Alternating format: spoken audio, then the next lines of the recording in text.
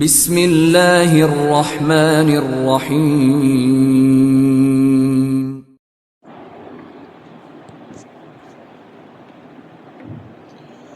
السلام عليكم ورحمة الله وبركاته. الحمد لله رب العالمين، والصلاة والسلام على أشرف المرسلين وعلى آله وصحبه وسلم.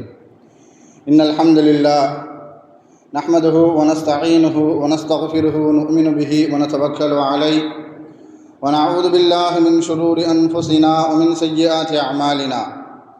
من يهده الله فلا مضل له ومن يضلله فلا هادي له، وأشهد أن لا إله إلا الله وحده لا شريك له، وأشهد أن محمدا عبده ورسوله. أما بعد، فيا أيها الناس أوصيكم عباد الله وإياي أولا بتقوى الله. قال الله تعالى: يا أيها الذين آمنوا اتقوا الله حق تقاته ولا تموتن إلا وأنتم مسلمون. وقال تعالى أيضا: يا أيها الناس اتقوا ربكم الذي خلقكم من نفس واحدة وخلق منها زوجها وبث منهما رجالا كثيرا ونساء، واتقوا الله الذي تساءلون به والأرحام إن الله كان عليكم رقيبا. وقال تعالى أيضا: يا أيها الذين آمنوا اتقوا الله وقولوا قولا سديدا يصلح لكم أعمالكم ويغفر لكم ذنوبكم، ومن يطع الله ورسوله فقد فاز فوزا عظيما. صدق الله العلي العظيم. قال نبينا صلى الله عليه وسلم: فإن الأصدق الحديث كتاب الله، وخير الهدي هدي محمد صلى الله عليه وسلم، وشر الأمور محدثاتها، وكل محدثة بدعة، وكل بدعة ضلالة، وكل ضلالة في النار. வார்த்தைகளில் சிறந்தது அல்லாஹுடைய வார்த்தை என்றும், வழிகாட்டுதலில் சிறந்தது நபிகள் நாயகம் ஸல்லல்லாஹு அலைஹி வஸல்லம் அவர்களுடைய வழிகாட்டுதல் என்றும், காரியங்களில் மிக மிக கெட்டது மார்க்கத்தில் புதுமையை உண்டாக்குவது, ஒவ்வொரு புதுமையான காரியமும் வழிகேடுகள் அனைத்தும் உங்களை நரகில் கொண்டு போய் சேர்க்கும் என்று நமது நபி ஸல்லல்லாஹு அலைஹி வஸல்லம் அவர்கள் தங்களுடைய ஒவ்வொரு சொற்பொழிவிலும் இந்த மனித சமுதாயத்திற்கு ஞாபகப்படுத்தியதை இந்த நல்ல சந்தர்ப்பத்தில் இங்கு ஒன்று கூடியிருக்கின்ற உங்களுடைய சிந்தனையிலும் ஆரம்பமாக இந்த நபிமொழியை ஞாபகப்படுத்தி எனது உரையை ஆரம்பம் செய்கிறேன். அல்ஹம்துலில்லாஹ். கண்ணியமானவர்களே, அல்லாஹ் நல்லடியார்களே, அல்லாஹு தஆலா தன்னுடைய ஏகத்துவ கலிமாவை எத்தி வைப்பதற்காக வேண்டி இந்த உலகத்தில் எண்ணற்ற நபிமார்களையும் ரசூல்மார்களையும் அனுப்பி வைத்தான். அவர்கள் அனைவர்களுமே அல்லாஹுடைய கட்டளையின்படி அவரவர்களுக்கு அனுப்பப்பட்ட சமுதாய மக்களிடத்தில் அல்லாஹுடைய ஏகத்துவ கலிமாவை எத்தி வைத்தார்கள். அத்தனை நபிமார்கள் மீதும் ரசூல்மார்கள் மீதும் இறுதியாக வந்த நமது நபி ஸல்லல்லாஹு அலைஹி வஸல்லம் அவர்களின் மீதும் அவர்களுக்கு இறங்கிய இறை செய்தியை கண்ணால் கண்டும் காதால் கேட்டும் அப்படியே ஈமான் கொண்ட உத்தம சத்திய சஹாபாக்கள் சஹாபி பெண்மணிகளின் மீதும் அவர்களுக்கு பின் வந்த தாபீன்கள் தபா தாபீன்கள் இமாம்கள் நல்லவர்களின் மீதும் குறிப்பாக இந்த ஜும்மாவில் அல்லாஹ்வை பற்றியும் அவனுடைய தூதர் முஹம்மது நபி ஸல்லல்லாஹு அலைஹி வஸல்லம் அவர்களை பற்றியும் தெரிந்து கொள்வதற்காக வேண்டி இங்கு ஒன்று கூடியிருக்கின்ற உங்கள் மீதும் என் மீதும் உங்களது குடும்பத்தாரன் மீதும் எனது குடும்பத்தாரன் மீதும் அல்லாஹுடைய சாந்தியும் சமாதானமும் திருப்பொருத்தமும் மன்னிப்பும் இன்றும் என்றென்றும் உண்டாவதாக என்று கூறி எனது உரையை ஆரம்பம் செய்கிறேன். அல்ஹம்துலில்லாஹ். கண்ணியமானவர்களே, அல்லாஹ் நல்லடியார்களே, இந்த உலகத்தில் வாழக்கூடிய மனித சமூகம் நிம்மதி எங்கு இருக்கின்றது, எதிலே நிம்மதி கிடைக்கும் என்பதாக இந்த மனித சமூகம் நிம்மதியை தேடி அலைந்து கொண்டிருக்கின்றது. எதிலாவது நிம்மதி கிடைக்காதா என்பதாக நிம்மதியை தேடக்கூடிய இடங்களும் சரி, நிம்மதியை தேடக்கூடிய வழிகளும் சரி, அது நீண்ட பட்டியலாக இருந்து கொண்டே இருக்கிறது. பலர் எனக்கு சொந்த வீடு கிடைத்து விட்டால் எனக்கு நிம்மதி கிடைத்துவிடும், சொந்தமாக ஒரு வியாபாரம் செய்தால் நிம்மதி கிடைத்துவிடும், சொந்தமாக ஒரு வாகனத்தை வாங்கிவிட்டால் நிம்மதி கிடைத்துவிடும், அதன் மூலம் பொருளாதாரத்தை சேர்த்துவிட்டால் நிம்மதி கிடைத்துவிடும், காசு பணம் அதிகமாக இருந்தால் நிம்மதி கிடைத்துவிடும். மாத்திரமல்ல, ஒரு நல்ல பெண்ணையோ ஒரு ஆணையோ திருமணம் முடித்து விட்டால் நிம்மதி கிடைத்துவிடும். அதன் பிறகு குழந்தை பிறந்து விட்டால் நிம்மதி கிடைத்துவிடும், நான் நினைத்த படிப்பு எனக்கு கிடைத்து விட்டால் நிம்மதி கிடைத்துவிடும், ஆட்சி அதிகாரம் எனக்கு கிடைத்து விட்டால் நிம்மதி கிடைத்துவிடும். இது நீண்ட பட்டியலாக இருந்து கொண்டே இருக்கிறது.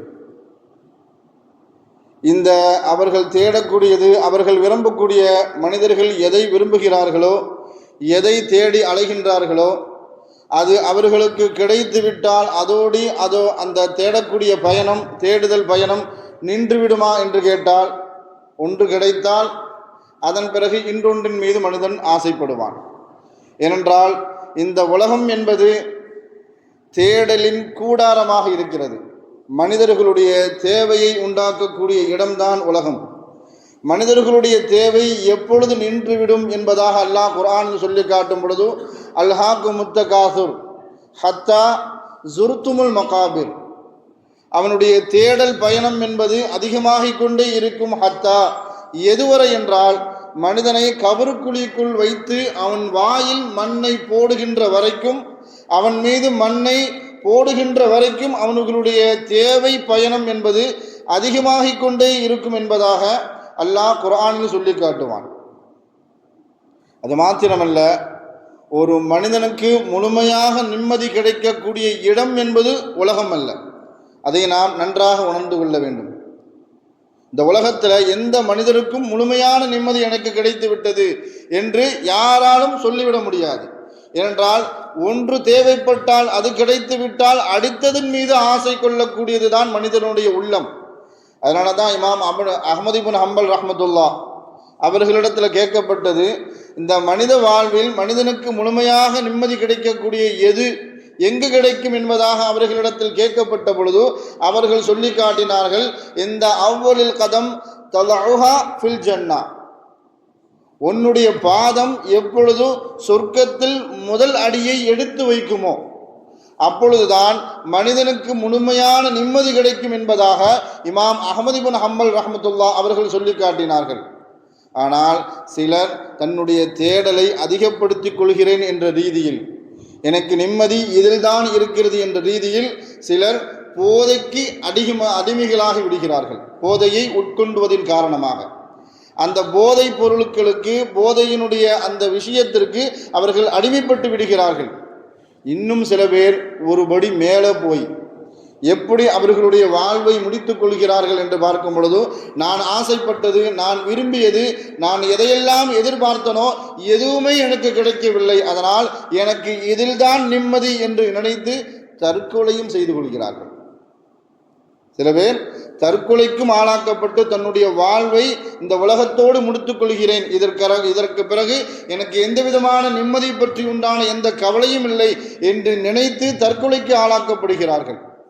அப்படிதான் கிட்டத்தட்ட கடந்த மாதம் 17ஆம் தேதி திருநெல்வேலி மாவட்டம் ஆத்தங்கர பள்ளிவாசலில் அதற்கு அருகாமையில் உள்ள ஒரு காட்டில் ஒரு வாகனம், 4 சக்கர வாகனம், ஒரு கார் எரிந்த நிலையில் கண்டெடுக்கப்பட்டது. அந்த காருக்குள்ள 4 பேர் கரிந்த நிலையில், எரிந்த நிலையில் பிணமாக மீட்கப்பட்டார்கள். அந்த காரு எங்கு உள்ள காரு, யாருக்கு சொந்தமானது, காரில் இருக்கக்கூடியவர்கள் யார் என்பதாக காரில் இருக்கக்கூடிய சேஸ் நம்பரை விசாரித்து காவல்துறை விசாரிக்கின்றது. அப்பொழுதுதான் அவர்களுக்கு முதல் கட்ட தகவல் கிடைக்கின்றது. எப்படிப்பட்ட தகவல்னு சொன்னால், அந்த கார் சென்னையை சேர்ந்த கார் மாத்திரமல்ல, அதில் இருந்தவர்களும் சென்னையை சேர்ந்தவர்கள் தான். இன்னும் சொல்ல போனால் வருத்தத்திற்குரிய ஒரு விஷயம், முஸ்லீம் சமூகத்தை சார்ந்த முஸ்லீம்கள் தான் அந்த 4 பேரும் என்பதாக அவர்களுக்கு முதல் கட்ட தகவல்கள் அவர்களுக்கு கிடைக்கின்றது. அதில் இருந்தது யார்? ஒரு கணவன், ஒரு மனைவி, ஒரு ஆண் புள்ள, ஒரு பொம்பளை புள்ள. கணவன் பெயர் ராபி, மனைவி சையது நஸ்ரீன், மகன் ஹாஜா, மகள் ஆஃப்ரின். இந்த 4 பேரும் காருக்குள்ள எரிந்த நிலையில், கரிந்த நிலையில் மீட்டெடுக்கப்படுகிறார்கள். அந்த தந்தை காரினுடைய முன் இருக்கையில் இருக்கிறார்.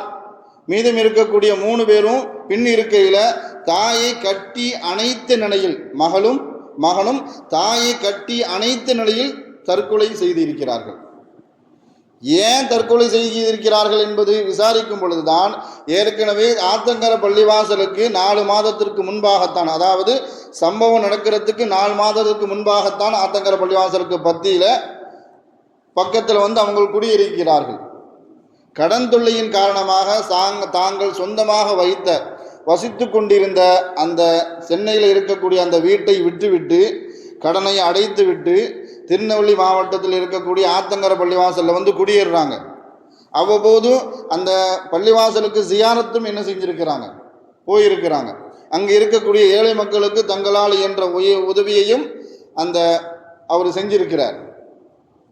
இதையெல்லாம் கவனிச்சிருக்கிறாங்க அங்கே இருக்கக்கூடிய மக்கள்.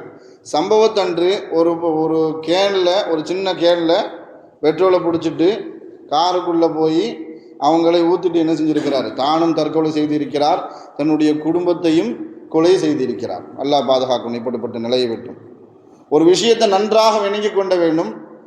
உலகத்தில் ஏற்படக்கூடிய எப்படிப்பட்ட இக்கட்டான சூழ்நிலையாக இருந்தாலும் சரி, எப்படிப்பட்ட பிரச்சனையாக இருந்தாலும் சரி, எந்த காலகட்டத்திலும் தற்கொலையை மார்க்கம் விரும்புவதில்லை, ஆதரிக்கவும் இல்லை, அனுமதிக்கவும் இல்லை. குரானும் ஹதீஸும் தற்கொலையை வன்மையாக கண்டிக்கின்றது. அல்லாஹ் குரானில் சொல்லி காட்டும் பொழுது வலா துல்கூ பி ஐதீக்கும் இலத் தஹலுகா, உங்களுடைய கரங்களை நீங்கள் நாசத்தில் ஏற்படுத்தி விடாதீர்கள். இன்னொரு இடத்தில் அல்லாஹ் சொல்லி காட்டுவா வலா தக்துலு அன்ஃபுஸக்கும், உங்களை நீங்களே கொலை செய்து கொள்ளாதீர்கள், அதாவது தற்கொலை செய்து கொள்ளாதீர்கள் என்பதாக அல்லாஹு தஆலா குர்ஆனின் மூலமாக கண்டிப்பான். எந்த நேரத்திலும் எந்த சூழலிலும் தற்கொலையை மார்க்கம் எந்த இடத்திலும் அனுமதிக்கவே இல்லை. இன்னும் சொல்ல போனா தற்கொலையை பரிதாபமாக பார்க்கவில்லை. அதை நல்லாக விளங்கிக் கொள்ள வேண்டும். அவர் விவசாய கடனை அடைக்க முடியலையா, அதனால தற்கொலை செய்து விட்டார், ஐயோ பாவம் அப்படின்னு மார்க்கம் பார்க்க சொல்லலை. மார்க்கம் தற்கொலையை பரிதாபமாக பார்க்க சொல்லவே இல்லை. அவங்க நினைச்ச படிப்பு அவங்களுக்கு கிடைக்கலையா, அதனால தற்கொலை செஞ்சுட்டாங்க. அவங்க நினைச்ச பெண்ணு அவருக்கு கிடைக்கலையா, காதலிச்ச பெண்ணு விட்டுட்டு போயிட்டானா, காதலிச்ச ஆணு விட்டுட்டு போயிட்டானா, அதனால தற்கொலை செய்து விட்டார். பரீட்சையில தோல்வி அடைந்து விட்டார், அதனால தற்கொலை. இப்படி எந்த காரணத்திற்காகவும் எந்த பிரச்சனைக்காகவும் எந்த சூழலிலும் தற்கொலையை மார்க்கம் ஆதரிக்கவும் இல்லை, இன்னும் பரிதாபமாக பார்க்கவில்லை. மாறாக அது பெரும்பாவம் என்பதாகத்தான் மார்க்கம் அறிவிக்கின்றது. ஸல்லல்லாஹு அலைஹி வஸல்லம் அவர்களிடத்துல பெரும்பாவத்தை பற்றி கேட்கப்பட்ட பொழுது ஸல்லல்லாஹு அலைஹி வஸல்லம் அவர்கள் சுட்டி காட்டினார்கள், பெரும்பாவம் என்பது எது தெரியுமா, அல்லாஹுக்கு யார் இணை கற்பிப்பார்களோ, அல்லாஹுக்கு யார் ஷிர்க் வைப்பார்களோ, அல்லாஹுக்கு யார் இணை கற்பிப்பார்களோ அது பெரும்பாவம். யார் பெற்றோர்களுக்கு நோவினை செய்வார்களோ அது பெரும்பாவம். யார் பொய் சாட்சி சொல்வார்களோ அது பெரும்பாவம். மாத்திரமல்ல, யார் தற்கொலை செய்து கொள்வார்களோ அதுவும் பெரும்பாவம் என்பதாக ஸல்லல்லாஹு அலைஹி வஸல்லம் அவர்கள் இணை வைப்புக்கு ஒப்பாக இணையாக தற்கொலையை பெரும்பாவம் என்று ஸல்லல்லாஹு அலைஹி வஸல்லம் அவர்கள் அறிவித்திருக்கிறார்கள். நான் குர்ஆனும் ஹதீஸும் தற்கொலையை எந்த காலகட்டத்திலும் எந்த நேரத்திலும் எந்த சூழலிலும் ஆதரிக்கவும் இல்லை, அனுமதிக்கவும் இல்லை. அது பரிதாபமாக மார்க்கம் பார்க்கவும் இல்லை. அது பெரும்பாவங்களில் ஒன்றாகத்தான் மார்க்கம் பார்க்க சொல்கிறது. இந்தியா சுதந்திரம் கிடைக்கிறதுக்கு முன்பாக சிற்றரசர்கள் எல்லாம் இந்தியாவை ஆண்டு கொண்டிருந்தார்கள். அந்த சூழலில் ஒரு அரசர் இன்னொரு அரசர் மீது போர் தொடுப்பார். தன்னுடைய ஆட்சி அதிகாரம் பரவ வேண்டும், பறந்து விரிந்து கிடைக்க வேண்டும் என்பதற்காக வேண்டி ஒரு அரசர் இன்னொரு அரசர் மீது என்ன செய்வார், போர் தொடுக்குவார். அப்படி அந்த அரசர் தோத்துட்டார் அப்படின்னு சொன்னா, தோத்துட்டாலோ அல்லது கைதியாக பிடிக்கப்பட்டாலோ அல்லது கொல்லப்பட்டாலோ அந்த அரச குடும்பத்தை சார்ந்த பெண்கள் எல்லாருமே தீக்குள்ள இறங்கி என்ன செய்யணும், தற்கொலை செய்து கொள்ள வேண்டும். இதை அவர்கள் பெருமையாக ஒரு வீரமாக நினைத்தார்கள். ஆனால் அமெரிக்கா பட ஈராக்கில் அணுகுண்டு தயாரிக்கிறார்கள், அணு உலை தயாரிக்கிறார்கள் என்ற ரீதியில் ஈராக்கில் நினைஞ்சு ஈராக்கை என்ன செஞ்சாங்க, சின்ன பின்னமாக்கினார்கள், நாசமாக்கினார்கள். அன்றைய காலகட்டத்தில் ஈராக்கில் இருக்கக்கூடிய பல ஆண்கள் கொலை செய்யப்பட்டார்கள், ஷஹீதாக்கப்பட்டார்கள், பல பெண்கள் விதவிகளாக ஆக்கப்பட்டார்கள். இந்த மாதிரி சூழ்நிலையில அமெரிக்கா படை ஈராக்கினுடைய பெண்களிடத்தில் அத்துமீறி நடந்து கொண்டார்கள் பாலியல் ரீதியாக. அந்த நேரத்தில் ஈராக்கு பெண்கள் உலகத்தினுடைய பழமையான பல்கலைக்கழகத்தில் ஒன்றாக இருக்கக்கூடிய எகிப்தில் இருக்கக்கூடிய கைரோவில் இயங்கி கொண்டு வரக்கூடிய இன்றளவுக்கும் ஜாமியுல் அஸ்ஹர் அந்த பல்கலைக்கழகத்துக்கு ஒரு கடிதம் எழுதுகிறார்கள், ஒரு ஃபத்வா கேட்டு.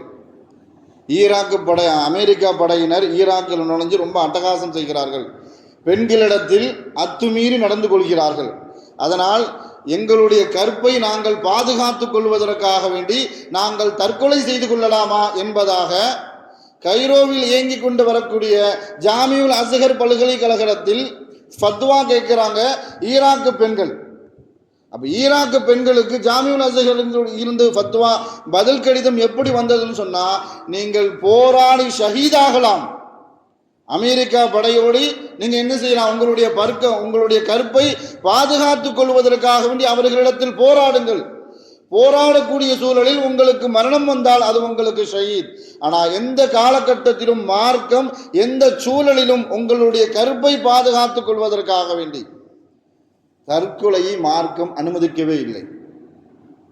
இந்த அளவுக்கு மார்க்கம் தற்கொலையை எதிர்க்கின்றது, ஆதரிக்காமல் கண்டிக்கின்றது. ஏன் அப்படின்னு சொன்னா, ஒரு மனிதன் தற்கொலை செய்து கொள்கிறான் என்றால் அவன் இறை மறுப்புக்கு ஒப்பாகிவிட்டான். நான் சின்ன வயசுல நம்மளுடைய மக்தப் மதரசால சொல்லி தருவாங்க, ஆமந்து பில்லாஹி, அல்லாஹ்வை கொண்டு ஈமான் கொண்டேன், ஓ மலாயிக்கத்திஹி, மலக்குமார்களை கொண்டு ஈமான் கொண்டேன், உருசுலிஹி, நான் ரசூல்மார்களை கொண்டு ஈமான் கொண்டேன், ஓ குத்துபிஹி, நான் வேதங்களை கொண்டு ஈமான் கொண்டேன். இப்படி ஈமானுடைய பட்டியல் நீண்டு கொண்டே செல்லும் பொழுது, ஓ கலா கதிரிஹி, கலா கதிரை கொண்டு விதியை கொண்டு நான் ஈமான் கொண்டேன். ஒரு மனிதனுக்கு அல்லாஹு தஆலா நல்லதையோ கெட்டதையோ நாடி இருக்கிறான் என்றால் அதை ஏற்றுக்கொள்ளக்கூடிய மனப்பக்குவம் யாரிடத்தில் இருக்கிறதோ அவர்கள்தான் ஈமான்தாரி. அதை ஏற்றுக்கொள்ளாமல் யார் மறுக்கின்றாரோ, யார் அதற்கு நேர்முறையான முடிவு எடுக்கின்றார்களோ அவர்கள் கலாக்கதிரை அல்லாஹுடைய விதியை மறுக்கின்றார்கள். இன்னைக்கு வியாபாரத்தில் நஷ்டம், அதனால நான் தற்கொலை செய்து கொண்டேன். நான் விவசாயத்தில் நான் மகசூல் கிடைக்கும் என்று நினைத்தேன், ஆனால் மழை வந்து அழிச்சிடுச்சு, காற்று வந்து அழிச்சிடுச்சு, இயற்கை சீற்றங்கள் அழித்து விட்டது. காற்றையும் மழையும் நான் தான் அப்படின்னு அல்லாஹ் சொல்றான். வல் அஸ்ர், காலமே நான் தான் அப்படின்னு சொல்றான் அல்லாஹ். அப்படி இருக்கக்கூடிய சூழ்நிலையில காற்றின் மூலமாகவோ மழையின் மூலமாகவோ இயற்கை சீற்றத்தின் மூலமாகவோ நம்மளுடைய வாழ்வாளில் ஒரு மாற்றம் ஏற்படுகிறது. நாம் விரும்பாத காரியம் நம்மளுடைய வாழ்நாளில் நடக்கிறது என்று சொன்னால், கொரோனா நிறைய பேரை தூக்கி விட்டுச்சு, நிறைய பேரை கவுத்து விட்டுச்சு. மேலே இருக்கிறவன் கீழே வந்தான், கீழே இருக்கிறவன் மேலே போனான். பணக்காரர்கள் எல்லாம் வானத்தை பார்த்துட்டு இருந்தாங்க, ஹெலிகாப்டர்லேருந்து ஏதாவது பொட்டண உலாதா என்பதாக. ஏன்னா அந்த அளவுக்கு கொரோனா பல பேருடைய வாழ்க்கையை மாற்றிவிட்டு சென்றது. நான் தற்கொலைக்கு மார்க்கம் என்ன செய்யலை, அனுமதி கொடுக்கவே இல்லை. அதனால தான் தற்கொலை யார் செய்து கொள்கிறார்களோ அவர்கள் விதியை மறுக்கின்றார்கள். விதியை மறுக்கக்கூடியவர்கள் குஃபுருக்கு ஒப்பாக, இணை அல்லாஹ்வை மறுக்கக்கூடியவர்களில் ஒப்பாக ஆகிவிடுகிறார்கள். அதன் காரணத்தினால தான் தற்கொலையை மார்க்கும் எல்லா காலகட்டத்திலும் மறுக்கின்றது. அல்லாஹ் நூஹ் அலைஹிஸ்ஸலாத்தை குர்ஆன்ல பாராட்டி பேசுவான். நூஹ் அலைஹிஸ்ஸலாத்தை அல்லாஹு தஆலா குர்ஆன்ல பாராட்டி பேசுவான். எப்படிப்பட்ட வார்த்தைன்னு சொன்னா, அபுதன் ஷகூரா, அவர் நன்றியுள்ள அடியார் என்பதாக அல்லாஹு தஆலா பேசுவான். ஏன்னா அவருக்கு ஏற்படக்கூடிய எல்லா நிலைகளுக்கும், அவர்களுடைய வாழ்வில் ஏற்படக்கூடிய எல்லா நிலைகளுக்கும் அவர் நன்றி செலுத்துவார். அல்லாஹ் சில நல்லடியார்களை பற்றி அல்லாஹ் குர்ஆன்ல சொல்லி காட்டும் பொழுது, அவர்களுக்கு கிடைக்கக்கூடிய இன்பமும் அவர்களுக்கு நல்லது, அவர்களுக்கு கிடைக்கக்கூடிய துன்பமும் அவர்களுக்கு நல்லது. இன்பம் நல்லது ஓகே, துன்பம் எப்படி நல்லதாகும் என்பதாக நினைத்து பார்க்கும் பொழுது, அவர்களுக்கு இன்பம் நடக்கும் பொழுதும் அல்லாஹுக்கு நன்றி செலுத்துவார்கள். அவர்களுக்கு துன்பம் ஏற்பட்டால் அதை பொறுமை காப்பதின் மூலமாக அல்லாஹுக்கு நன்றி செலுத்துவார்கள். ஒரு நபலு வண்ணக்கும் பிஷையும் மினல் ஹௌஃபி வல் ஜூஇ வ நக்ஸின் மினல் அம்வாலி வல் அன்ஃபுஸி வஸ்ஸமராத், நான் பசியை கொண்டு சோதிப்பேன், உயிரை கைப்பற்றுவதன் மூலம் சோதிப்பேன், உங்களுடைய வியாபாரத்தில் நஷ்டத்தை ஏற்படுத்துவதன் மீது சோதிப்பேன், பயத்தை கொண்டு சோதிப்பேன். இதையெல்லாம் யார் தாங்கிக் கொண்டு பொறுமை காப்பார்களோ நபியே அவர்களுக்கு சொல்லுங்கள், ஓ பஷிரி சாபிரீன், அப்படிப்பட்ட பொறுமையாளர்களுக்கு நீங்கள் சுப செய்தி சொல்லுங்கள் என்பதாக அல்லாஹ் சொல்லி காட்டுவான். யார் அல்லாஹுடைய கலாக்கதரை ஏற்றுக்கொள்கிறார்களோ அவர்களுக்கு அல்லாஹு தஆலா சுப செய்தி சொல்றான். அதனால தான் நூஹ் அலைஹிஸ்ஸலாத்தையும் சில நல்லடியார்களையும் அல்லாஹு தஆலா குர்ஆனின் மூலமாக அங்கீகரித்து சர்டிஃபிகேட் கொடுக்கக்கூடிய மிகப்பெரிய ஒரு காரணமே, அவர்களினுடைய வாழ்வில் ஏற்படக்கூடிய அனைத்து நன்மை தீமைகளையும் அவர்கள் அப்படியே ஏற்றுக்கொள்வார்கள், ஒப்புக்கொள்வார்கள். அதனால தான் நூஹ் அலைஹிஸ்ஸலாத்தை பார்த்து அல்லாஹு தஆலா சொன்னா அபுதன் ஷக்கூரா. இந்த நிலை யாருடைய வருகிறதோ அவர்கள் உறுதியுள்ள ஈமானை பெறுவார்கள். அல்லாஹ்வை பற்றி உண்டான நல்லெண்ணம், அல்லாஹ்வை பற்றி உண்டான பலமான ஒரு ஈமான் யாருடைய உள்ளத்தில் ஏற்படுகிறதோ தானும் ஈமான்தாரியாக இருப்பார். மாத்திரமல்ல, தன்னுடைய குடும்பத்தார்களையும் தன்னுடைய பிள்ளைகளையும் ஈமானுக்கு உட்பட்டு உறுதியுள்ள ஈமான்தாரியாக அவர்களை வார்த்தெடுப்பார், வளர்த்தெடுப்பார். ஸல்லல்லாஹு அலைஹி வஸல்லம் அவர்களுக்கு பின்னாடி இருக்கக்கூடிய ஒரு சின்ன புள்ள இப்னு அப்பாஸ் குதிரையில போறாங்க. போகும்பொழுது இப்னு அப்பாஸ் ரலியல்லாஹு அவர்களுக்கு ஸல்லல்லாஹு அலைஹி வஸல்லம் அவர்கள் சில உபதேசத்தம் செய்கிறார்கள். மகனே, அல்லாஹ்வுடைய விஷயத்தில் நீ கவனமாக நடந்து கொள், நீ பேணுதலாக நடந்து கொள். அப்பொழுதுதான் அல்லாஹு தஆலா உன்னுடைய விஷயத்தில் கவனமாக இருப்பான், அல்லாஹ் உன்னுடைய விஷயத்தில் பேணுதலாக நடந்து கொள்வான். உனக்கு உலகத்தில் எந்த தேவை ஏற்பட்டாலும் அல்லாஹ்விடத்தில் கேள், உனக்கு உலகத்தில் எந்த உதவி ஏற்பட்டாலும் அல்லாஹ்விடத்தில் கேள். நம்ம தக்பீர் கட்டின உடனே ஒரு வசனம் ஓதுவோம், இய்யாக நஅபுது வ இய்யாக நஸ்தஈன். யா அல்லாஹ், உன்னையே வணங்குகிறோம், உன்னிடத்திலே உதவி தேடுகிறோம்.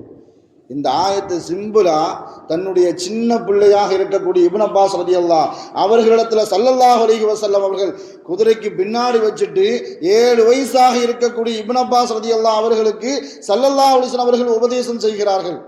எந்த தேவையாக இருந்தாலும் அல்லாஹ்விடத்தில் கேள். அதே மாதிரி ஒரு காரியத்திற்காக நீ முயற்சி செய்வதாக இருந்தால் இறுதி வரைக்கும் போராடு,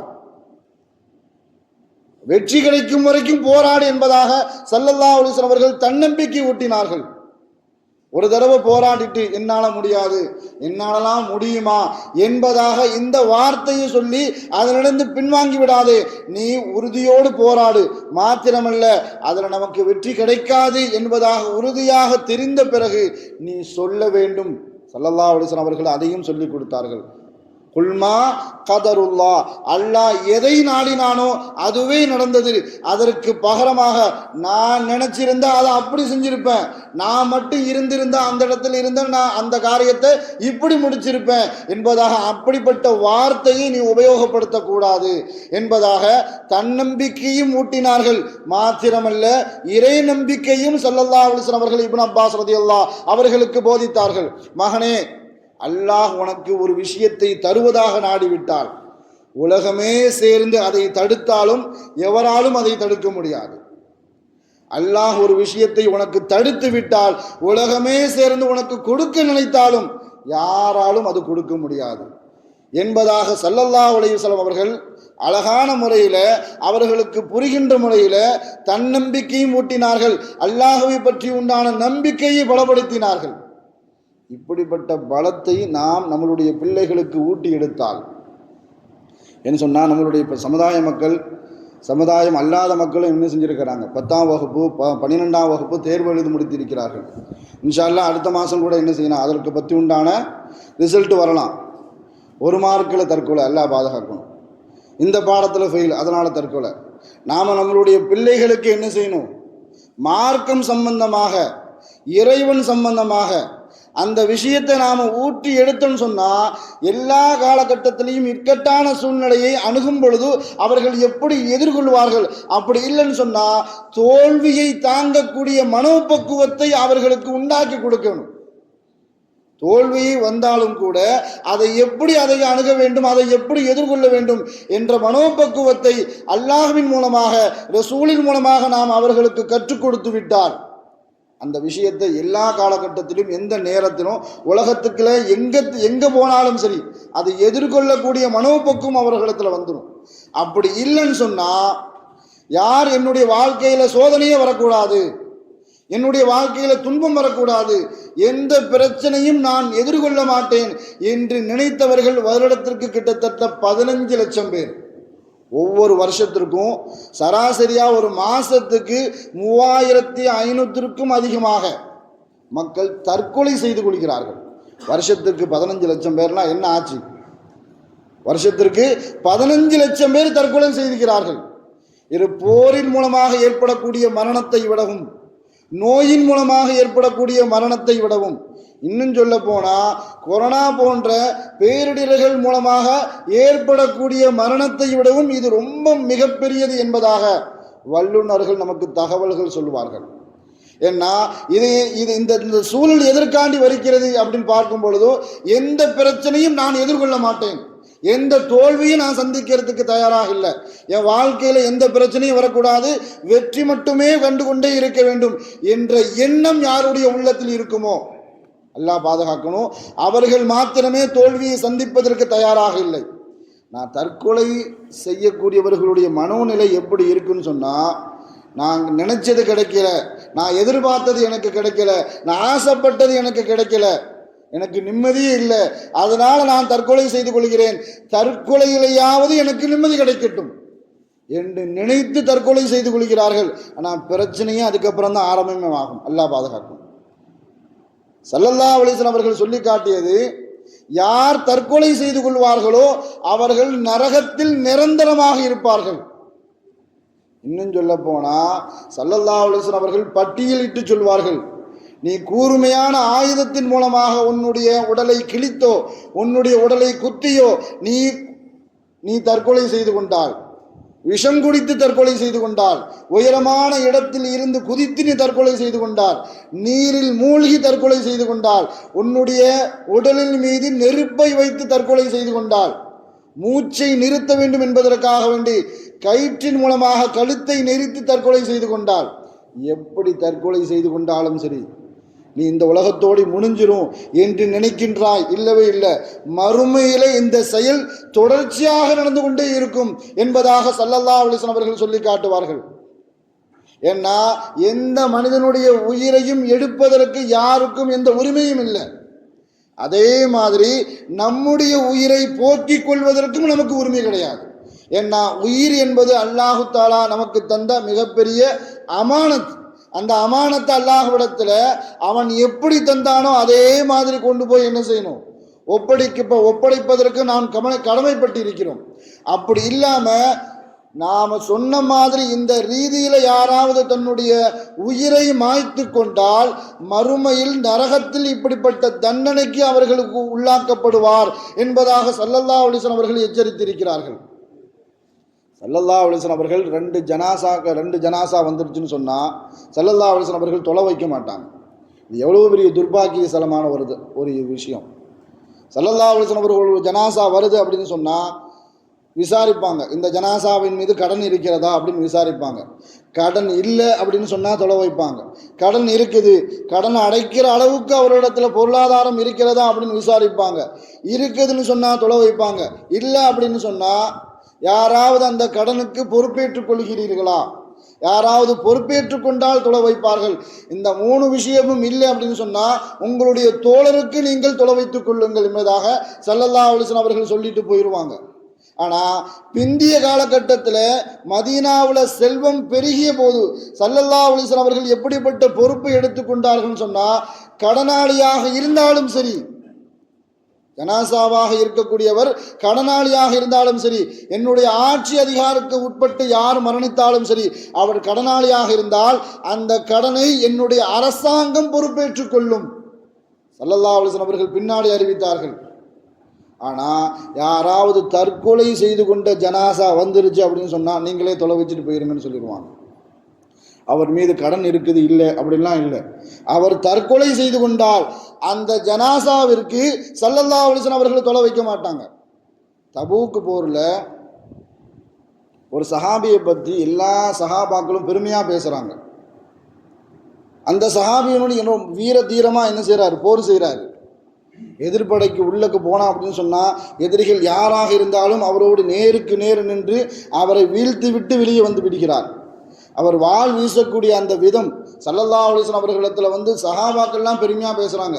யார சொல்லலாம், அந்த சஹாபி வாளை இப்படி சுற்றுறாரு அப்படி சுற்றுறாரு, எதிரி யார் என்று பார்க்கறது இல்லை, கடைசி வரைக்கும் உள்ளக்கு போயிட்டு வெளியே வந்துடுறாரு, அவரை எதிர்த்து போராடக்கூடிய எந்த எதிரிகளும் உயிரோடு இல்லை, அந்த அளவுக்கு வீர தீரத்தோடு போராடி கொண்டு இருக்கிறார் என்பதாக எல்லா சஹாபாக்களும் ஸல்லல்லாஹு அலைஹி வஸல்லம் அவர்களிடத்தில் அந்த சஹாபியை பற்றி பெருமையாக பேசும் பொழுது ஸல்லல்லாஹு அலைஹி வஸல்லம் அவர்கள் கேட்டுக்கொண்டே இருந்துட்டு சொன்னாங்க, அவர் நரகவாசின்னு சொன்னாங்க. எல்லாம் பாதுகாக்கணும். ஸல்லல்லாஹு அலைஹி வஸல்லம் அவர்களுடைய போரில் யார் கலந்து கொண்டாலும் சரி, மார்க்கத்திற்காக தன்னுடைய ஈமானை பாதுகாப்பதற்காக வேண்டி போரில் கலந்து கொண்டு ஷஹீதாக்கப்பட்டால் அவர் கேள்வி கணக்கு இல்லாமல் சொர்க்கத்திற்கு செல்வார் என்பதாக ஸல்லல்லாஹு அலைஹி வஸல்லம் அவர்கள் சொல்லி இருக்கிறார்கள். அப்படி இருக்கும் பொழுது ஸல்லல்லாஹு அலைஹி வஸல்லம் அவர்கள் உயிரோடு இருக்கிறார்கள்.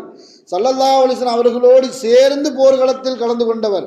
ஆனால் ஸல்லல்லாஹு அலைஹி வஸல்லம் அவர்கள் சொன்னது அவர்கள் நரகவாசி. ஸல்லல்லாஹு அலைஹி வஸல்லம் அவர்களுடைய வார்த்தை எந்த காலகட்டத்திலும் பொய்யானதே இல்லை. இந்த சஹாபியை ஒரு சஹாபி பின்தொடர்கிறார்கள் போரில். இவர் எதிர்த்தாப்புல யார் வந்தாலும் வெட்டி விரிச்சிட்டு போயிட்டே இருக்கிறார். ஒரு எதிரியினுடைய வாள் இவருடைய வலது கையில் பட்டுடுச்சு, கை துண்டா போயிடுச்சு, கை தொங்கிட்டு இருக்குது. அப்படி இருந்து அந்த வலியை பொறுத்து கொண்டு அவர் என்ன செய்கிறாருன்னு சொன்னால், காலுக்கு கீழே வச்சு கையை உருவி தூக்கி தூரத்துக்கிட்டு போட்டுட்டாரு. இடது கையால் என்ன செய்கிறாரு, போர் செய்கிறாரு. இடது கையிலையும் ஒருத்தன் வந்து என்ன செஞ்சிட்டான், எதிரி ஒருத்தன் வெட்டிட்டான். இடது கையும் வெட்டப்பட்ட பிறகு ரெண்டு வலியையும் தாங்க முடியாமல் ஏற்கனவே வலது கை போயிருச்சு, இடது கையிலையும் காயம் பட்டு விட்டது, வெட்டுப்பட்டு விட்டது. அந்த ரெண்டு வலியையும் தாங்க முடியாமல் இந்த சஹாபி என்ன செய்கிறாரு அப்படின்னு சொன்னால், தன்னுடைய வாளை பூமியில் குத்தி அது மேலே போய் படுத்து நெஞ்சில் குத்தி தற்கொலை செஞ்சுக்கிட்டார். ஸல்லல்லாஹு அலைஹி வஸல்லம் அவர்கள்ட்ட அந்த பின்தொடர்ந்து போன அந்த சஹாபி ஸல்லல்லாஹு அலைஹி வஸல்லம் அவர்கள்ட்ட வராங்க. யா ரசூலல்லாஹ், நீங்கள் சொன்னது உண்மையாகிவிட்டது, நீங்கள் அல்லாஹுடைய ரசூல் தான் என்பதை நான் உறுதிபட ஈமான் கொள்கிறேன்னு சொன்னாங்க. என்ன நடந்துச்சுன்னு கேட்டாங்க ஸல்லல்லாஹு அலைஹி வஸல்லம் அவர்கள். யா ரசூலல்லாஹ், குறிப்பிட்ட அந்த சஹாபியை சொல்லி அந்த சஹாபியை நீங்கள் நரகவாசி என்பதாக சொன்னீர்கள். நான் அவரை பின்தொடர்ந்து சென்றேன், இப்படிப்பட்ட நிகழ்வுகள் எல்லாம் நடந்தது. கடைசியில் அவர் என்ன செஞ்சுக்கிட்டாரு, தற்கொலை செய்து கொண்டார் என்பதாக. போரில் கலந்து கொண்டாலும் அது அல்லாஹ்வுக்காக, ரசூலுக்காக, மார்க்கத்திற்காக இருந்தாலும் ஷஹீதாக்கப்பட்டால் அவருக்கு சொர்க்கம். அதே போரில் நீ தற்கொலை செய்து கொண்டாலும் அந்த ஜனாசாவில் ஸல்லல்லாஹு அலைஹி வஸல்லம் அவர்கள் கலந்து கொள்ள மாட்டார்கள். இன்னும் சொல்ல போனால் யமன் நாட்டிலிருந்து துஃபைல் என்று சொல்லக்கூடிய ஒரு மனிதர் வந்து ஈமான் கொண்டார். துஃபைல் தௌசி என்று சொல்லக்கூடியவர் ஈமான் கொண்டுட்டு தன்னுடைய ஊருக்கு போனார். மக்களிடத்தில் சொன்னார். ஒரு பெரும் கூட்டத்தையே கூட்டு வந்தார். அந்த கூட்டத்தில் தான் அபூ ஹுரைரா ரலியல்லாஹு அவர்களும் சேர்ந்து வந்தாங்க. வந்து ஸல்லல்லாஹு அலைஹி வஸல்லம் அவர்களுடைய கரம் பிடித்து ஈமான் கொண்டார்கள், இஸ்லாத்தை ஏற்றுக்கொண்டார்கள். ஆனால் யமன் நாட்டினுடைய சீதோச நிலை வேற, மதீனாவினுடைய சீதோச நிலை வேற. அங்கே வந்த சில பேருக்கு ஆரம்பத்தில் நாம் அங்கேருந்து உம்ராவுக்கு போனாலே நமக்கே தெரியும். உம்ராவுக்கு போனால் மக்காவினுடைய சீதோச நிலை வேறு மாதிரி இருக்கும், மதீனாவினுடைய சீதோச நிலை வேறு மாதிரி இருக்கும். அங்கே போயிட்டு காய்ச்சல் இல்லாமல் வர்றது பெரிய சாதனை. அதே மாதிரி தான் யமனிலிருந்து ஈமான் கொள்வதற்காக வேண்டி வந்தவர்கள் அந்த துஃபைல் தௌசி அந்தவர்களுடைய கூட்டத்தார்கள் ஸல்லல்லாஹு அலைஹி வஸல்லம் அவர்களுடைய கரம் பிடித்து நேரில் பார்த்து ஈமான் கொண்டவர்கள் மதீனாவில் தங்கும் பொழுது அந்த கூட்டத்தில் இருக்கக்கூடிய ஒருவருக்கு பெரிய அளவுக்கு உடல்நிலை பாதிக்கப்பட்டது. காய்ச்சல் வந்துச்சு, பெரிய அளவுக்கு குணமாகவே இல்லை. அவர் பயந்து என்ன செய்கிறான்னு சொன்னால், ஒரு கத்தியை வச்சு தன்னுடைய கையை என்ன செஞ்சுக்கிட்டாரு, கிழிச்சுக்கிட்டார். கிழிச்சு ரத்தம் அதிகமாக போனதின் காரணத்தினால அதுவே அவர்களுடைய உயிர் போவதற்கு காரணமாக அமைந்து விட்டது. தற்கொலை செய்து கொண்டார். இந்த தற்கொலை செய்து கொண்டவரை அந்த துஃபைல் தௌசி என்று சொல்லக்கூடிய அந்த சஹாபி கனவுல பார்க்குறாங்க. கனவுல பார்க்கும் பொழுதும் அவர் கொஞ்சம் சந்தோஷமாக இருக்கிறாரு. ஆனால் ஒரு கையை மூடிக்கிட்டு இருக்கிறார், ஒரு கையை மூடிக்கிட்டு இருக்கிறார். என்ன அந்த அந்த அந்த மனிதரிடம், தற்கொலை செய்து கொண்ட மனிதரிடம் இந்த துஃபைல் தௌசி கேட்குறார், நல்லா இருக்கிறியா அப்படின்னு கேட்குறாங்க. நல்லா இருக்கிறேன், அல்லாஹ் என்னுடைய பாவத்தை மன்னிச்சுட்டான் ஏன்னு சொன்னால் ஸல்லல்லாஹு அலைஹி வஸல்லம் அவர்களுடைய கரம் பிடித்து அவர்களை நேரில் பார்த்து இஸ்லாத்தை ஏற்றுக்கொண்டதின் காரணத்தினால, அல்லாஹ் நான் ஹிஜ்ரத்து செஞ்சு வந்ததின் காரணத்தினால அல்லாஹு தஆலா என்னுடைய பாவத்தை எல்லாம் மன்னிச்சு விட்டான். ஏன்னா ஸல்லல்லாஹு அலைஹி வஸல்லம் அவர்கள் சொல்லி காட்டினார்கள், யார் ஈமான் கொண்டார்களோ, யார் ஹஜ்ஜி செய்தார்களோ, யார் ஹிஜ்ரத்து செய்தார்களோ அவர்களுடைய முன்பின் பாவங்கள், அவர் முன்னாடி எவ்வளவு பெரிய பாவம் செஞ்சாலும் சரி அதையெல்லாம் அல்லாஹு தஆலா மன்னித்து விடுவான். என்னுடைய ஈமானின் காரணமாக அல்லாஹு தஆலா என்னுடைய பாவத்தை எல்லாம் மன்னிச்சுட்டான். அப்போ ஏன் கையே மூடி இருக்குது அப்படின்னு கேட்குறாங்க. துஃபைல் தௌசி கேட்குறாங்க, அப்போ ஏன் கையை திறக்காமல் மூடி வச்சிருக்கிற, இதை மட்டும் அல்லாஹு தஆலா குணமாக்க மாட்டேன்னு சொல்லிட்டான். என்று சொன்னால், நீ ஸல்லல்லாஹு அலைஹி வஸல்லம் அவர்களுடைய நேரில் பார்த்து ஈமான் கொண்டதின் காரணத்தினால் உன்னுடைய பாவம் மன்னிக்கப்பட்டது, உனக்கு சொர்க்கம். நான் நீ சொர்க்கத்திலே இருந்தாலும் உன்னுடைய முடிவை நீனே தேடிக்கொண்டதின் காரணத்தினால், உன்னுடைய கதிரை நீனே தேடிக்கொண்டாய்.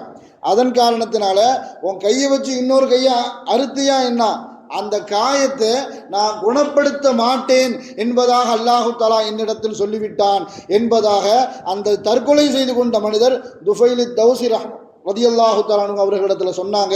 இந்த விஷயத்தை ஸல்லல்லாஹு அலைஹி வஸல்லம் அவர்கள்ட்ட போய் துஃபைல் தௌசி சொல்கிறாங்க, யா ரசூலல்லாஹ் இந்த மாதிரி நான் கனவு கண்டேன் அப்படின்னு சொன்னதின் காரணத்தினால அந்த தற்கொலை செய்து கொண்ட அந்த மனிதருக்காக வேண்டி, அந்த சஹாபிக்காக வேண்டி ஸல்லல்லாஹு அலைஹி வஸல்லம் அவர்கள் தௌபா கேட்டார்கள்.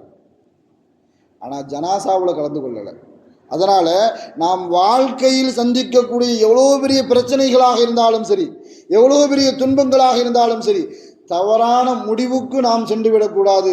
அதற்கு முக்கிய காரணம் நம்மளிடத்தில் மார்க்கம் இருக்க வேண்டும். அந்த மார்க்கம் நம்மளிடத்தில் உறுதியாக இருக்க வேண்டும். அல்ஹம்துலில்லாஹ், நம்ம ஊரில் பெரிய பெண்களுக்கும் மதரசா நடந்து கொண்டு வருகிறது, சின்ன பிள்ளைங்களுக்கும் மதரசா நடைபெற்று வருகிறது. பெரிய பெண்களுக்கு அல்ஹம்துலில்லாஹ் மதரசா ஆரம்பித்து கிட்டத்தட்ட ஒரு வருஷத்தை நெருங்கி கொண்டு இருக்கிறோம் அல்லாஹுடைய உதவியினால்.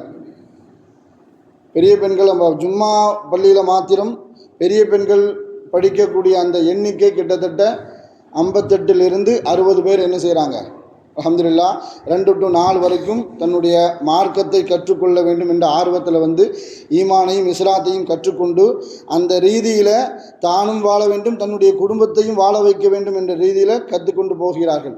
அதே மாதிரி பாரப்பள்ளி வாசலில் அங்கே எண்ணிக்கை கொஞ்சம் கூட என்ன செய்ய மாட்டுக்கு, உயரவே மாட்டுக்கு. கிட்டத்தட்ட 8 பேர், அந்த 12 பேருக்குள்ளே தான் அந்த பெண்களுடைய எண்ணிக்கை, வருகையினுடைய எண்ணிக்கை இருந்து கொண்டே இருக்குது. இன்ஷா அல்லாஹ் ஊர் ஜமாத்தார்கள், ஊர் மக்கள் தங்களுடைய வீட்டு பெண்களை மார்க்க கல்விக்காக வேண்டி அனுப்பி வைக்கும்படி தாழ்மையோடு என் சார்பாகவும் ஜமாத்தின் சார்பாகவும் கேட்டுக்கொள்கிறேன். அதே மாதிரி இன்ஷா அல்லாஹ் அல் மதரசத்துர் ரஹ்மானியா சின்ன பிள்ளைங்களுடைய மதரசா கிட்டத்தட்ட நான் பல தடவை உங்களுக்கு ஞாபகப்படுத்தி இருக்கிறேன். அந்த சின்ன பிள்ளைங்க 8ஆம் வகுப்பு தாண்டி 9ஆம் வகுப்பு பரீட்சை எழுத போகிறாங்க, அல்லது 8ஆம் வகுப்பு பரீட்சை எழுதி முடித்து விட்டாலே அவர்களுக்குள்ள மனசுக்குள்ளே என்ன, நான் ஒரு பெரிய பிள்ளை ஆகிட்டேன், எனக்கு எல்லாமே தெரிஞ்சு போச்சு என்பதாக தானும் நினைத்து தன்னுடைய குடும்பத்தார்களை பெற்றோர்களை என்ன செய்கிறாங்க, நம்ப வச்சிட்றாங்க. நான் கல்வி முறையும் அப்படித்தான் இருக்குது, இப்போ உள்ள காலச்சூழலில் கல்வி முறையும் அப்படி தான் இருக்குது. அதனால் பெற்றவங்களும் நம்மள்கிட்ட கால் பண்ணி சொல்கிறாங்க, அவன் பெரிய பிள்ளை ஆகிட்டான். நம்ம வீட்டில் பிள்ளைங்க சடங்காகிட்டா சொல்லுவாங்கள்ல, அதே மாதிரி நம்மள்கிட்ட கால் பண்ணி சொல்கிறாங்க, அசரத் அவன் பெரிய பிள்ளை ஆகிட்டான், அதனால் அவன் மண்டி போட்டு ஓதுறதுக்கு வெக்கப்படுறான், அவனுக்கு பொண்ணு பார்த்து நாங்கள் வச்சுருக்கிறோம், அதனால் என்ன செய்கிறான், அவன் வெக்கப்படுறானா. அதனால் நம்மளிடத்தில் கால் பண்ணி என்ன செய்கிறாங்க, சொல்கிறாங்க. அதனால் இந்த விஷயத்தை தவிர்த்து விட்டு நம்மளுடைய பிள்ளைங்க மார்க்கத்தில் உறுதியாக இருக்க வேண்டும் என்று சொன்னால் அடிப்படை கல்வி, மக்தபு கல்வி அவர்களிடத்தில் என்ன செய்யணும், உறுதிபட இருந்தால் மாத்திரத்தான் உலகத்தில் எந்த துறைக்கு போனாலும் சரி, எந்த இடத்திற்கு போனாலும் சரி, இன்ஷா அல்லாஹ் அவர்களுள் எந்த பிரச்சனையை கையாளக்கூடிய, முகம் கொடுக்கக்கூடிய ஒரு சூழல் ஏற்பட்டால் அதை திடன்பட எதிர்கொள்ளக்கூடிய மனோபக்குவத்தை இந்த மக்தபு கல்வி அவர்களுக்கு என்ன செய்யும், இன்ஷா அல்லாஹ் அவர்களுக்கு கொடுக்கும். அந்த அடிப்படையில் உங்கள் வீட்டு பிள்ளைகளையும் என்ன செய்யுங்க, இன்ஷா அல்லாஹ் 16ஆம் தேதிக்கு பிறகு கோடலையும் வந்துடும். இன்னும் நிறைய மதரசாவே காலியான மாதிரி அவங்க என்ன செய்வாங்க, நான் அம்மா வீட்டுக்கு போகிறேன், அப்பா அத்தா வீட்டுக்கு போகிறேன், பெரியத்தா வீட்டுக்கு போகிறேன் அப்படின்னு என்ன செய்வாங்க, அவங்க வீட்டுக்கு போயிடுவாங்க. இன்னும் சொல்ல போனால் உலக கல்விக்கு கொடுக்கக்கூடிய முக்கியத்துவத்தை விடவும் மார்க்க கல்விக்கு யாரும் செய்யல, யாரும் பெரிய அளவுக்கு கொடுக்கறது இல்லை. மதரசா காலியாகக்கூடிய இடமே எந்த இடத்துல காலியாகும்னு சொன்னால், பரீட்சை வந்தால் அந்த கல்விக்கு முக்கியத்துவம் கொடுக்குறாங்க. எல்லா கல்விக்கும் முக்கியத்துவம் கொடுங்க, அது யாருக்கும் எந்த தப்பும் இல்லை. ஆனால் மார்க்கத்திற்கு நாம் முக்கியத்துவம் கொடுக்கும் பொழுதும் நம்மளுடைய ஈமானும் பலப்படும். எந்த பிரச்சனையாக இருந்தாலும் எதிர்கொள்ளக்கூடிய மனோபக்குவத்தை அல்லாஹு தஆலா நமக்கு தருவான். இன்னும் சொல்ல போனால் பரீட்சையில் நம்ம எங்களுடைய பிள்ளைகளுக்கு நாம் அதை தான் சொல்லி அனுப்புறது, நீ பரீட்சை எழுதுறதுக்கு முன்னாடி குர்ஆனில் ஒரு பக்கம் பார்த்து ஓதிட்டு போ. முதல்ல நீ எந்த எக்ஸாம், எந்த பரீட்சை, எந்த தேர்வை எழுத போகிறாயோ அதை முழுமையாக படிச்சுக்கோ. அதன் பிறகு அன்னைக்கு காலையில் சுபு தொழுதுட்டு ஒரு பக்கத்தை பார்த்து ஓதிட்டு என்ன செய்வோம், இன்ஷா அல்லாஹ் உனக்கு படித்தது ஞாபகத்தில் இருக்கும் என்பதாகத்தான் நாங்கள் எங்களுடைய பிள்ளைகளுக்கு நாங்கள் இப்படித்தான் உபதேசம் செய்து கொண்டு இருக்கிறோம். குர்ஆனுடைய தொடர்பு, ஹதீஸினுடைய தொடர்பு, வரலாறு, முக்கியமான வரலாறுகளுடைய தொடர்பு இருக்கின்ற வரைக்கும் அந்த வரலாற்றின் காரணமாக இன்ஷா அல்லாஹ் நம்மளுடைய பிள்ளைங்க ஈமானில் உறுதிப்பட்டவர்களாக இருப்பார்கள் என்பதில் எந்த விதமான சந்தேகமும் இல்லை. அல்லாஹு தஆலா நாம் வாழ்க்கையில் எதிர்கொள்ளக்கூடிய எந்த பிரச்சனைகள் பிள்ளைகளுக்கும் அல்லாஹ்வை நெருங்கக்கூடிய நல்ல பாக்கியத்தை அல்லாஹு தாலா நமக்கும் நம் பிள்ளைகளுக்கும் நம் சமூகத்தில் உள்ள அனைவர்களுக்கும் அல்லாஹு தாலா தந்து அருள் புரிவானாக. வாழும் காலமெல்லாம் மருத்துவமனை கஷ்டங்கள், அதன் செலவுகள், சிரமங்கள் அனைத்தை விட்டும் அல்லாஹு தாலா நம்மை பரிபூர்ணமாக பாதுகாப்பானாக. வாழும் காலமெல்லாம் நோய் நொடிகள் இல்லாமல் உடல் ஆரோக்கியத்தோடு மன நிறைவோடு இன்பத்தோடு அல்லாஹ்வை நின்று வணங்கி வழிபட்டும் வாழும் நசீபை எல்லாம் அல்லாஹ் உங்களுக்கும் எனக்கும் நம்மை ஈண்டெடுத்த தாய் தந்தையர்களுக்கும் நம் மனைவி மக்கள் உற்றார் உறவினர் யாவருக்கும் கொடுத்தல் புரிவானாக என்று கூறி எனது வார்த்தையை நிவர்த்தி செய்கிறேன். வாஹிரு தாவானான் அல்ஹம்துலில்லாஹி ரப்பில் ஆலமீன். அஸ்ஸலாமு அலைக்கும் வரஹ்மத்துல்லாஹி வபரகாத்துஹு.